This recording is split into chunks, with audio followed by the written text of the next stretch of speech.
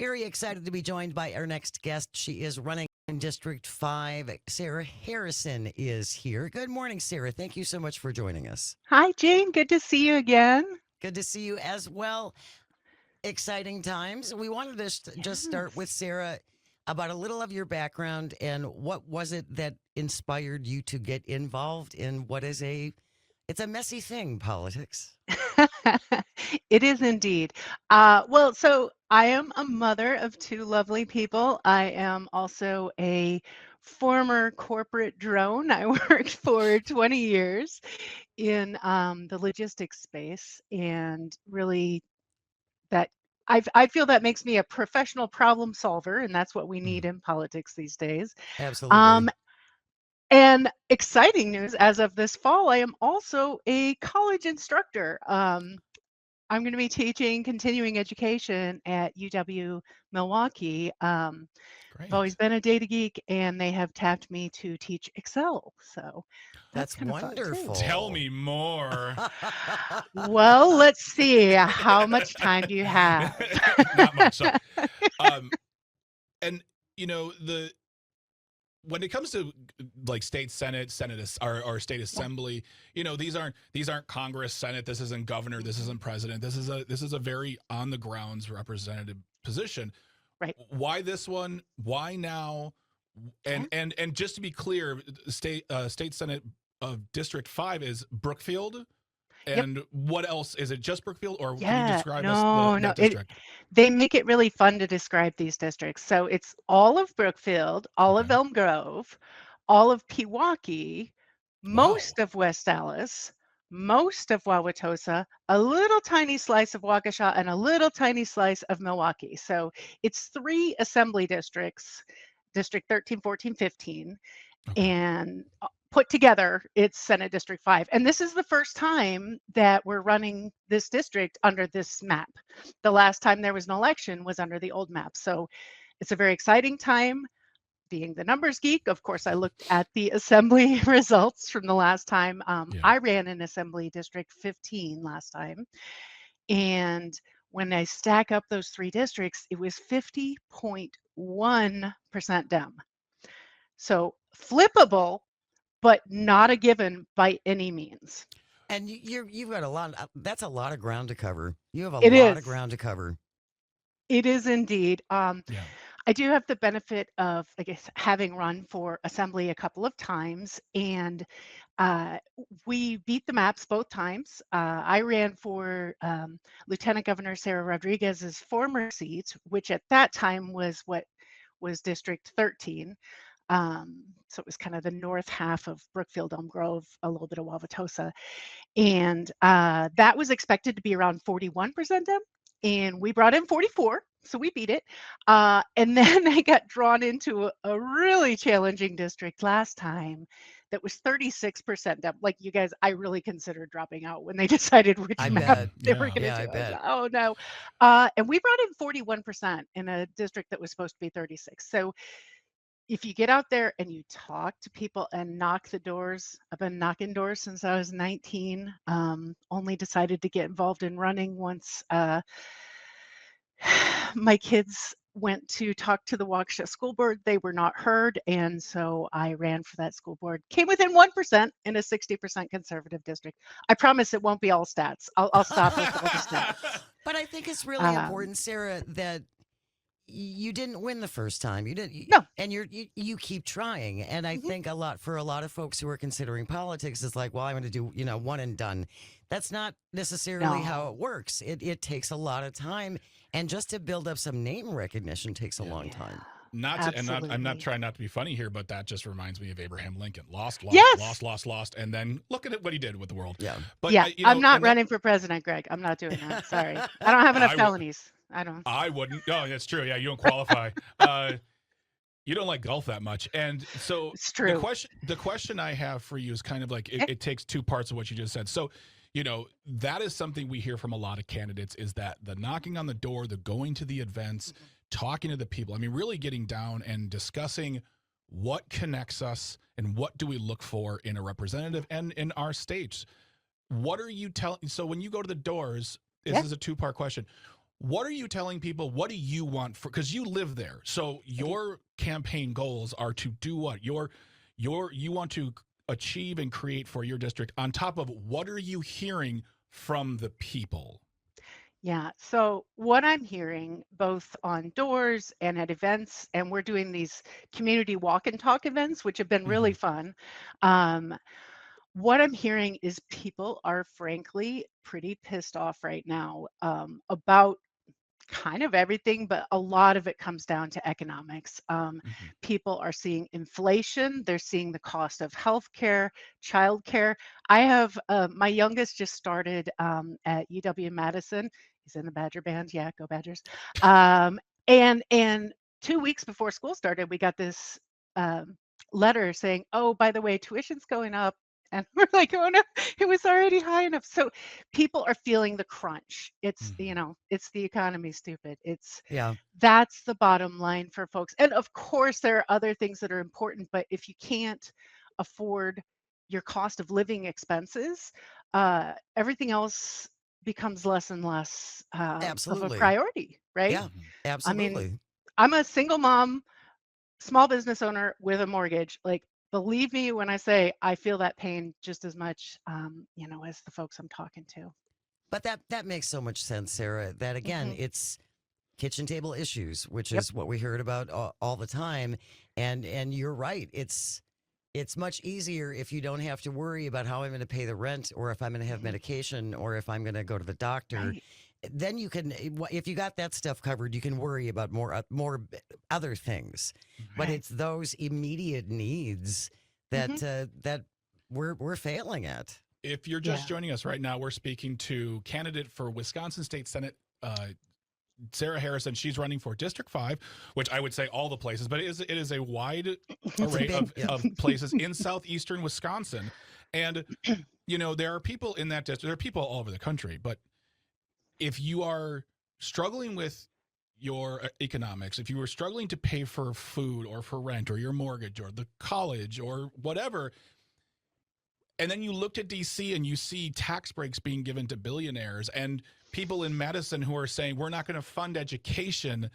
Hmm. I want to say it's kind of a no-brainer to say, well, then vote for the people who will not do Fund those things. those things. But it almost, you Right. have to convince individuals, one, to look to Madison and DC to see that happening, and also to really make that connection to say this is how what they're doing is directly affecting you, the inflation and the price of living, the price of gas, not the price of gas, sorry, that the price of everything is directly affected by the decisions that our leaders in our state and federal capital are making. And I have to imagine even some of the most ardent right wingers are starting to see the cracks in the armor here, that this is Hmm. not the best pathway for the state and the country. Yeah, I would agree. And just to tag on to that, the incumbent, Rob Hutton, Mhm. voted against the state budget for the exact opposite reason that I would have voted against it. He said it did not pull back enough funding. And I would have said, or I do say, it did not fully fund our schools, and that's why I wouldn't vote for it. He wanted to see more funding stripped away.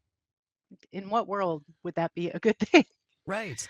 Well, Yeah. and I think it's interesting too, because for the first time, if I remember this accurately, Hmm. they are asking for help now in Brookfield because the city Hmm. of Brookfield, right? The Yeah. the state has not been properly funding our communities, Republican, Democrat, you name it, Right. adequately for decades.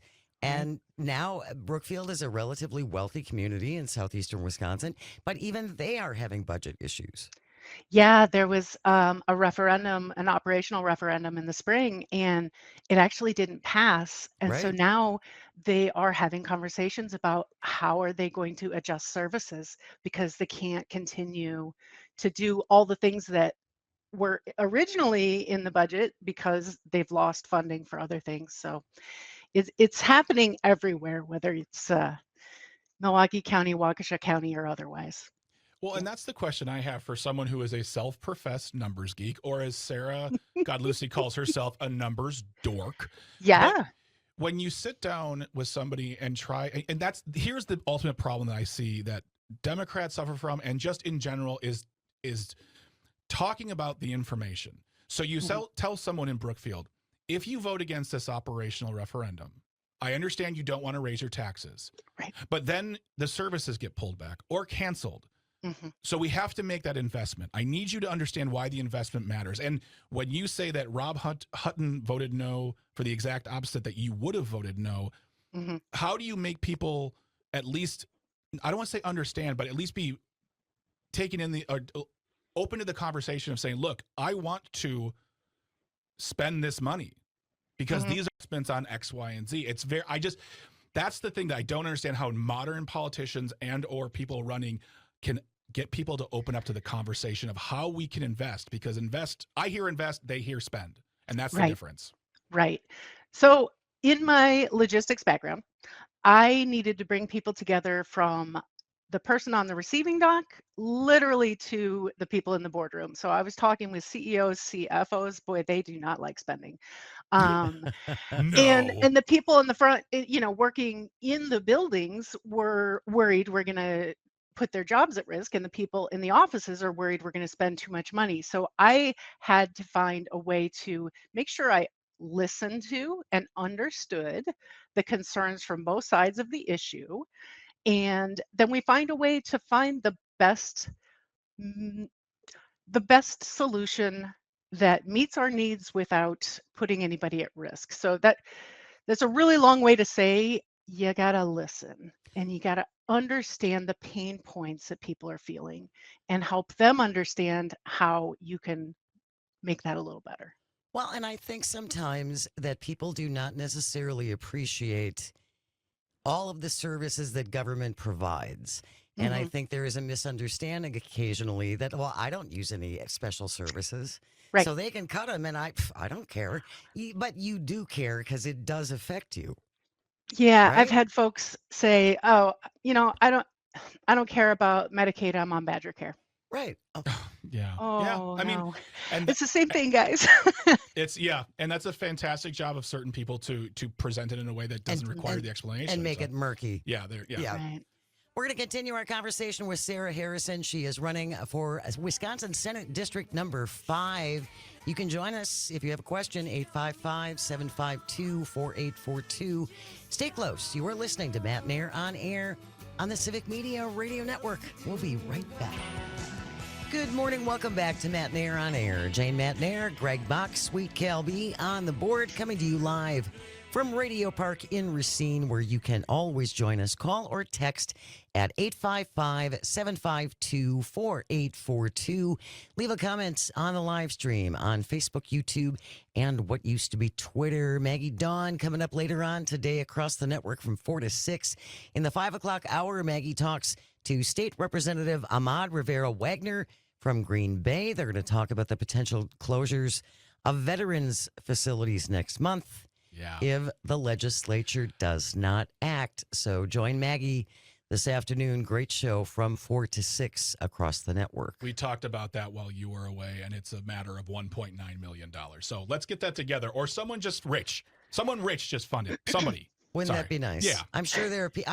I've heard of people who have that for lunch money, so I'm sure it's available somewhere. Yeah. Our guest is Sarah Harrison. She is running for Wisconsin State Senate District number 5. And Sarah, we wanted to come back and just ask you about, we heard a little bit about your door knocking and a lot of time that you spend talking face to face with people, which is really the way to do it. What are you hearing about that from people that is not getting done, that they would like to see actually get done? Yeah. Yeah. Well, they would love to see our schools fully funded. That's an issue we've been fighting for a long time. And it's one issue that you definitely hear from people on either side of the aisle saying, teachers shouldn't be out there buying school supplies. Why am I having to do a fundraiser every week? This week I'm selling pretzels, and then next week I'm selling popcorn. And there's an awful lot of pressure there. And what's really scary about going to like a fundraising type of model is that those folks who are in the lower income areas really suffer. it's awfully difficult for them to bring in money from the community because they don't have as much spare money in that Sure. community. Mhm. So really hearing that the costs need to be under control. I talked with a woman the other day who said her daughter is expecting and got put on a wait list right away for a daycare, and they said, well, hopefully we'll have a spot for you, in the first 6 to 9 months after you give birth to the baby. And she's like, oh, what do I do until then? And Yeah. even once they do get in, it's going to cost almost as much as their mortgage That's payments. we just Yep. crazy. we have all sorts of things to sort through there, and people are feeling the pain for sure. I think it's really interesting, though, because I think there might be a misconception that people Mhm. on the right hate public schools. Mm, That's not necessarily the case. no. There might be support for alternatives for Mhm. charter schools and things like that, but I think again most people like their particular public school. Right. It's that public school that's a problem, right? Yes, Mhm. yes, you see that all the time. It's funny because it's like NIMBYism on school, you know. Um, Yeah. no, Right. public Yeah. schools are a problem, but not my public No, school's I great. love my school. Yeah, my Yeah, kids' right, teachers are great. It's the opposite. It's please in my backyard. right, Please yeah, in my backyard. Yeah, yes, in my Yeah. backyard, yeah. YIMBYs, yeah, yeah, for sure, and we know that a strong public school system is not only good, of course, for the kids and the parents, but it's good for society as we move on and these kids go on and go to a trade school, go to a college, go right into the workforce. We want them to be well prepared and to understand, the facts and how to put together numbers and reading, writing, arithmetic, all that kind of stuff. But you also want them to have an idea of the society and some of the civics and how our system works so that they can be full participants, and that's really an important part to having a successful society. And we talked about this too while Jane was away on vacation, and that you know the GOP in Madison is always really quick to pat themselves on the shoulder for giving any money to education, even though they've suffocated K through Mm, 12 for a long, long time. And I went last year to my ballot and voted yes on an operational referendum for schooling in Kenosha, which, by the way, was one of the few that failed. But I mhm. don't have children. Yeah. But I understand the importance of a strong public school education. I Mhm. understand that if they're not going to do it and we have to, that's our burden to handle. And I said yes, because as you just put it wonderfully, Sarah, it's not about whether or not I have kids. It's whether or not I want to live in a community and an economy which fosters good education for young people to then to grow up to be contributors and make it better for me, maybe. I don't know, but once again, going back, I see this not as you're raising my property taxes. I see it as we're investing in our schools, and that's more important than, say, the few $100s I have to pay more, which it hits, but I can afford it, Mhm. thankfully. But to me, that is not a tough decision to make, but it failed because people are tired of having to foot the bill when Madison's doing nothing. Yep. Yeah, absolutely true. I'm running for office. I'm just kidding. All right, No, no, I'm let's be not. coworkers, No, Greg. no, you don't want that. Oh God, I'm I'll so talk to frowny Jane all the later. I'll time. get the There you scoop. go. Well, yeah, absolutely. We got about a minute and a half left, Sarah. Any final thoughts that you want to share before we have to move on here? Yeah, absolutely. So I love getting out in the community. I love talking to people. I am honored to have the opportunity to earn their vote. I show up, I listen, and we've seen that Rob Hutton does not show up. He doesn't show up for our schools, our workers, our rights. We need someone new, and I'm ready to step in and fight for the people of District 5. Sarah Harrison has been our guest, a candidate for Wisconsin State Senate District 5. We will talk to you again. Thank you so very much for your time, Sarah. Appreciate it. Thank you, Jane. We have news coming up next, and then when we return, we celebrate Robert Redford before we wrap up the show with This Shouldn't Be a Thing. Today it is the Bold Ball Bouncing Edition with a video element. You don't want to miss it. Grand. Stay close. You're listening to Matenaer on air on the Civic Media Radio Network. Bye.